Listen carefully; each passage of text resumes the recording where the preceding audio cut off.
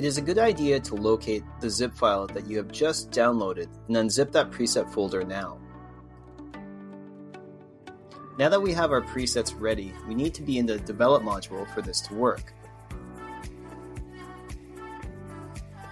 Next, look on the left-hand side of your screen where the presets are located.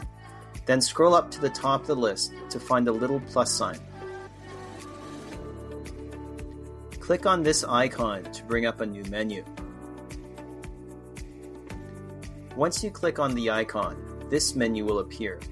Click on Import Presets and navigate to your folder.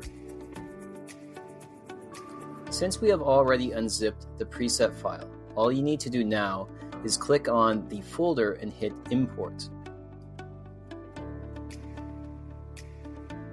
If there are other files in the folder, then simply select the XMP files and then click Import.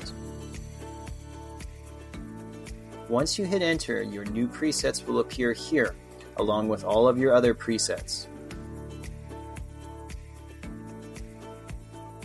If you'd like to rename your preset folder, right-click on the name of the collection and then click Rename in the menu. Once you have a name that you are happy with, you can hit Enter and it will be immediately changed.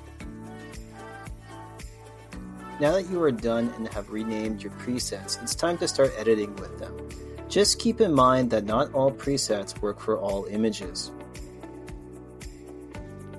I hope that you enjoyed this short tutorial. If you found it useful, please consider subscribing to my channel for more videos like this.